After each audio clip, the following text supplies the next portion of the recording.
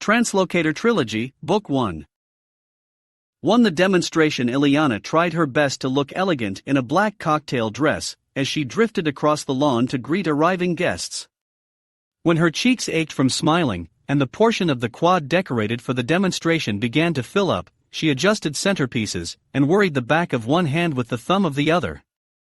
Everything had been cross-checked and triple confirmed: the catering, the press arrangements, the invite-only guest list. Ileana didn't mind the intensive planning required for a big event like this. Organizing and fitting came fairly naturally to a trained archaeologist. She could make sense of that kind of chaos, the kind you could cut and move and change and see. But all that work was done now. And despite hiring the most capable event planner she could find in Austin, Texas, who at this very moment directed her staff through a wireless microphone like a conductor commanding an orchestra, Ileana fidgeted nervously. How her hands could remain so steady holding ancient fossils yet shake in the presence of her husband's colleagues, she would never understand. A few pointedly underdressed venture capitalists, several politicians with plastic smiles, and a group of Fisk Industries' brightest minds lounged against the open bar.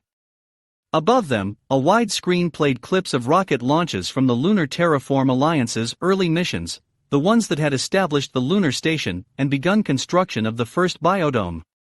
Amon had chosen the launch clips as an homage to the halcyon early days of the international organization, when everything was possible and physical limitations were taken as challenges to be bested. The days before the energy crisis, before the failed resupply missions, before the primary biodome ruptured in a series of violent explosions that set the Terraform initiative back years and cost dozens of lives.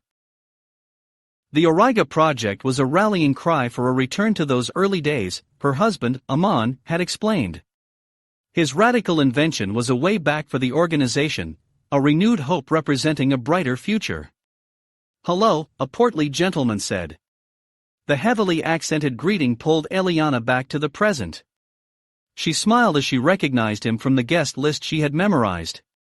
He was the president of Hermann Buck, GmbH, a major stakeholder in Amon's project. "Guten Abend, Herr Buck," Ileana said. "Ah," he replied, his bristle brush mustache wiggling with excitement. "Sprechts du Deutsch?" "Viel bisschen," Ileana said. She struggled through rusty German phrases she hadn't practiced since the year she'd spent abroad in Europe during her undergraduate studies. She'd had reason to use other languages in her travels since, but German wasn't one of them. Meanwhile, Diane, the event planner, weaved toward her through the crowd. She mouthed 5 minutes to Ileana over the old German's shoulder. When the director of the Lunar Terraform Alliance, Dr. Karl Baduz, approached them, her Buck switched to English, the common language between them. Ileana excused herself a moment later and walked across the quad toward the engineering building where Amon was getting ready. The Fisk Industries campus consisted of half a dozen buildings of vastly different architectural styles, arranged in a semicircle around a central lawn. In a former life, a small private university had called the campus home, and the lawn was known as a quad. When the university filed for bankruptcy, Amon purchased the land and decided to keep the old Gothic Revival-era buildings.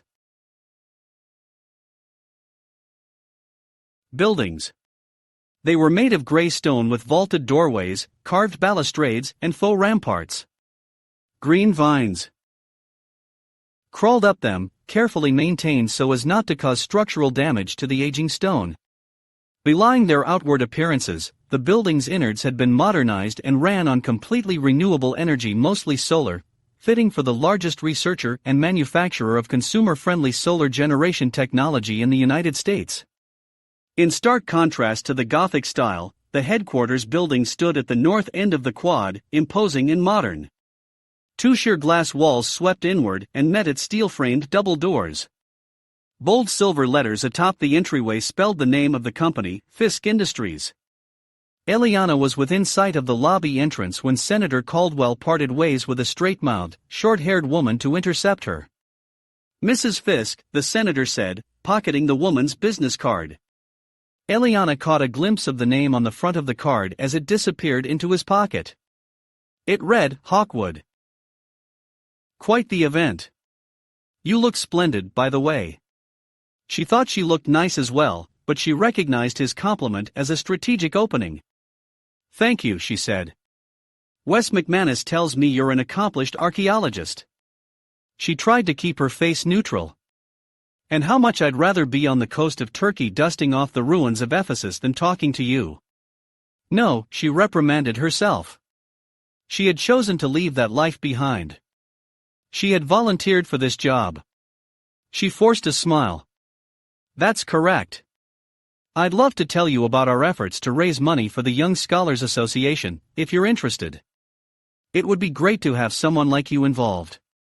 She barely repressed a sigh. Wes McManus had a big mouth.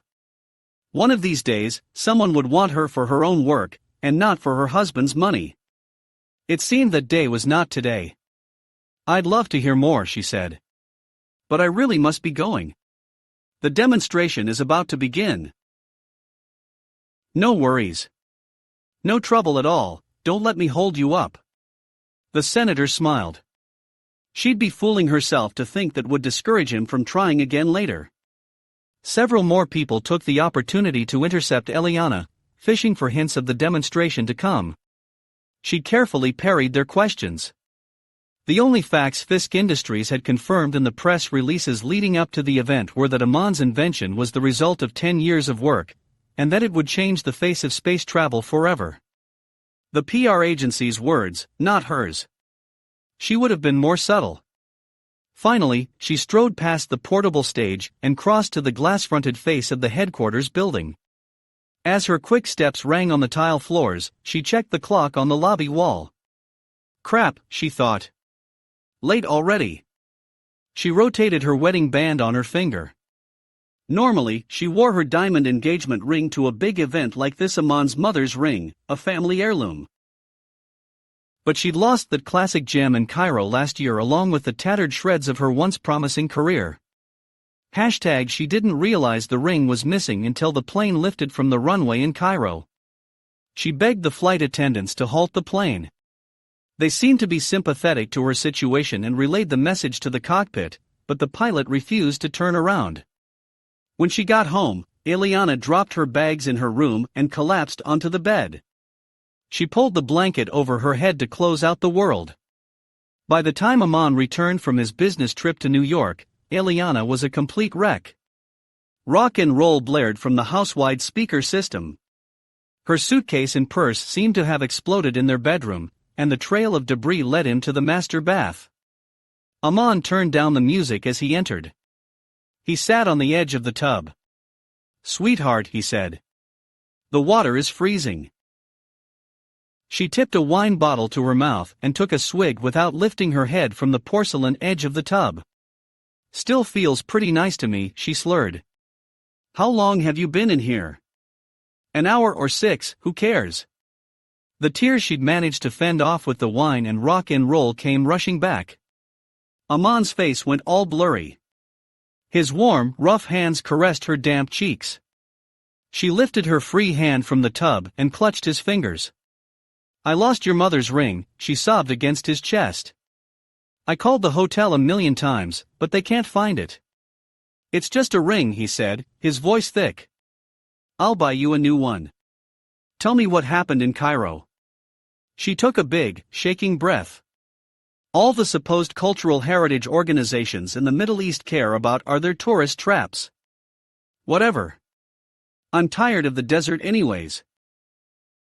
What about your connections in Belize? Have you reached out to any of your old professors? I'm sure something will come up if you keep looking." She sniffed. "I'm not sure I want to." "Come on," he said, lifting her by the elbow. "Let's get you into something warm." He helped her out of the tub, across the cold bathroom floor, and into bed. The next morning, Aman insisted on going out for brunch. His cell phone rang in the car on the way to the restaurant. "Hello?" "Hey," Lucas said. His voice came through the phone, tinny and small but discernible. "How'd your meeting with the LTA go?" "Yeah, it went great. Thanks for checking in." "Good to hear. Negotiations are progressing quickly on my end as well." This week, I spoke to Auriga, Hawkwood, and Facebook about the design for the new industrial solar cells. They all seem very interested in what we're developing. Excellent. I knew you were the right man to put in charge. Thanks, Lucas said. Listen, I'm on my way out to eat with Eliana. Can we catch up later? You bet, Lucas said. Bye for now. At brunch, Eliana drank black coffee and nibbled at a bagel, while Aman gestured excitedly across the table. The LTA fast-tracked the real-world trials, he said. We have a timeline now. If everything goes smoothly, we'll be able to announce the program in 6 months. A year, tops. Wow, she said. That's great news. Aman leaned in. And then they want to do a public demonstration, to rekindle positive interest in the organization. After waiting so long, I can't say I'm not relieved. Though it's surreal. I've been working on it for so long that I forget the rest of the world doesn't even know it exists. You and I do, but they don't. There's probably going to be some pushback from the media, at least initially.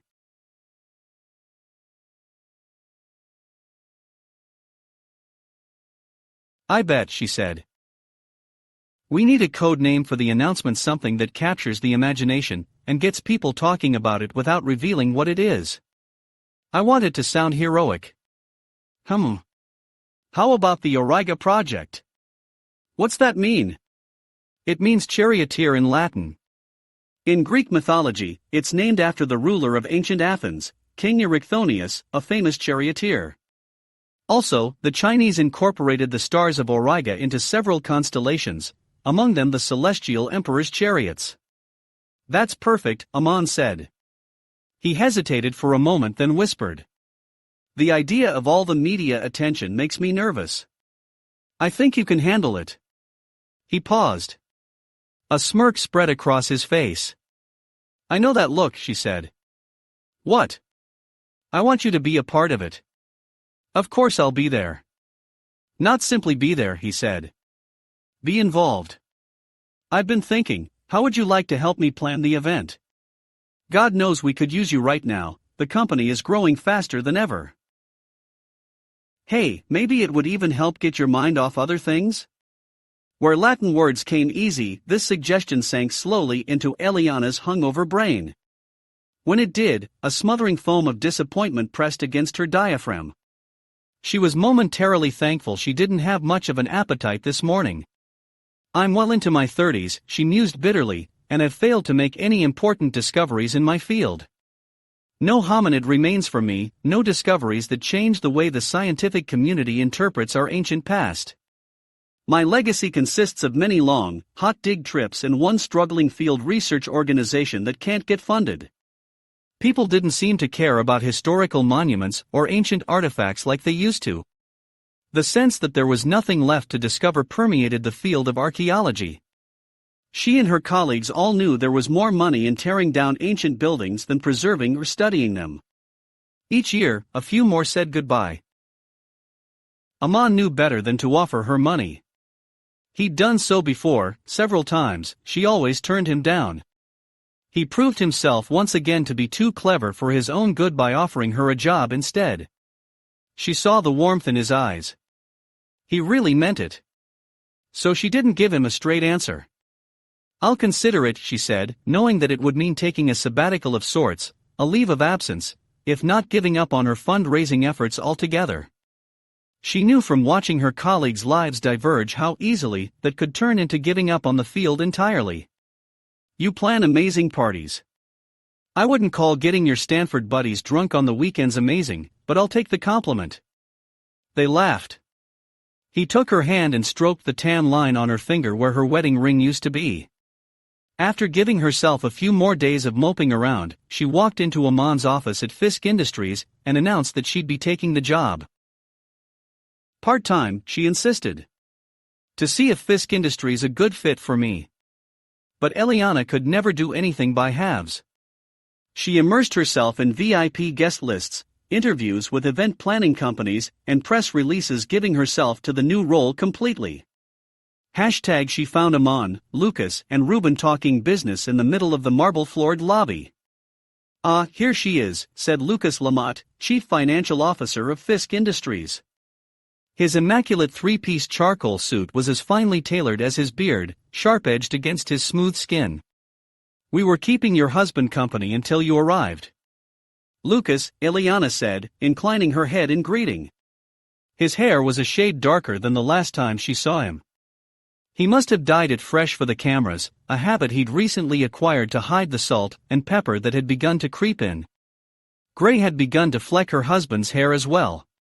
The last 2 years had been hard on them both. "Hello, MRS. Fisk," Reuben rumbled from her right. Smile lines creased the old engineer's face, radiating out from his mouth and the corners of his warm, green eyes. She enjoyed Reuben's company, and reminded herself once again to come up with an excuse to spend time with him outside of work-related functions. "Reuben, you look handsome," she said. "Thank you, dear," he said, running his fingers through his hair. His normally wild and unkempt gray-blonde strands were slicked back for the occasion. "We'll leave you to it then," said Lucas, clapping his hands together. Reuben nodded to the couple and followed Lucas out, but at his own pace. "It's time," Ileana said once she was alone with her husband. "Thank God," said Amon. "I can't wait to get this over with. I sweated through my tuxedo ages ago." "Don't worry, you look great." Ileana took a blue handkerchief from Amon's breast pocket and dabbed at his neck. Amon wore a tuxedo they had purchased especially for tonight. It was the only tux he had ever owned. Like Reuben, Amon was a man of science, and formal dress remained firmly outside of his comfort zone. Ileana loved how he looked in the fitted attire, bow tie and all. "Do you want to go over the stage directions one more time?" she asked. "I have something for you." "What?" "Now," Ileana said, distracted from her original intention. "We've waited years for this, what's another 5 minutes?" He withdrew something from his coat pocket, a velvet box that fit in the palm of his hand. Ileana took it with shaking hands and eased open the lid. She gasped. "Amon, my God, it's beautiful." Amon carefully lifted a silver ring with a large diamond, black as night, from the velvet cushion. He slipped it onto her finger. She tilted her hand this way and that.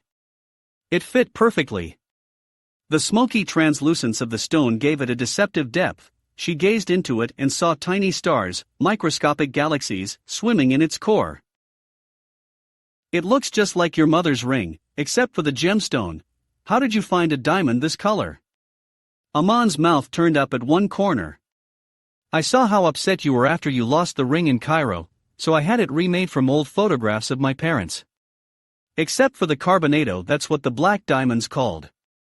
It was harvested from a meteorite." "It's incredible," she said. "Thank you." Amon gathered her into his arms. "It's I who should be thanking you. For being here with me tonight, and for working so hard to put this whole thing together. It means so much to me. Please. I had help. Diane is a miracle worker, I'm telling you." Her heart warmed at his praise. And yet, deep down, she did not register contentment. Putting together the party did not give her satisfaction she had expected, merely relief that it would soon be over. She missed the rich history of archaeology work, the possibility of joy that lay dormant in even the most tedious excavation. "You're being modest, as usual," Amon said. "Without you, none of this would have been possible."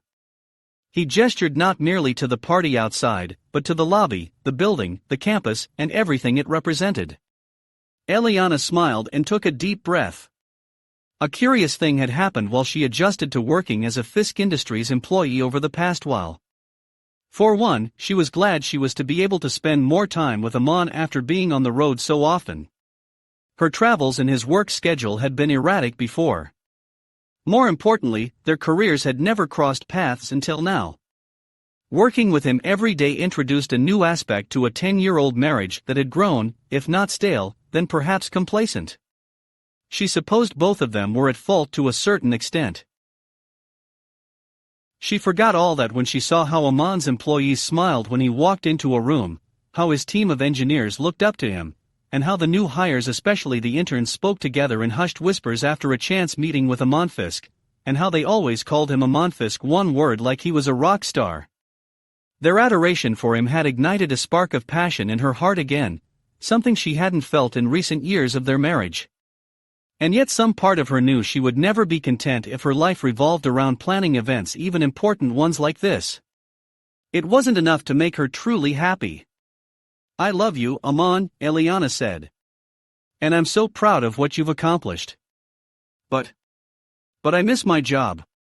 It's been so great getting to spend time together for a change, but I'm not ready to give up on it yet." "I would never ask you to." "You mean that?" "Of course. I'll fire you right now, put you on a plane to Greece, or Turkey. I'll buy a pyramid and ship it home brick by brick if that's what you want, darling." Eliana laughed. In that moment, she fell in love with him all over again. "I know you would." She stepped back out of his embrace and rotated the new ring on her finger, thoughtful this time instead of anxious. She imagined how, once the media got over the initial shock of Amon's announcement, their lives might once again return to normal. Eliana would step down from her role as professional wife and resume her hunt for grant money to build a new organization. Though her life had taken a year-long detour, she felt a passion for dig trips and old ruins and unanswered questions about ancient cultures resurfacing. She was excited and scared and in love, and it made her feel alive. "Well," she said when she remembered to breathe. "Are you ready?" "No way," Amon said. "Once I get out there, I'll be fine. It's this next part one hate." He tugged at his damp collar with one finger. "I know." She took his hand.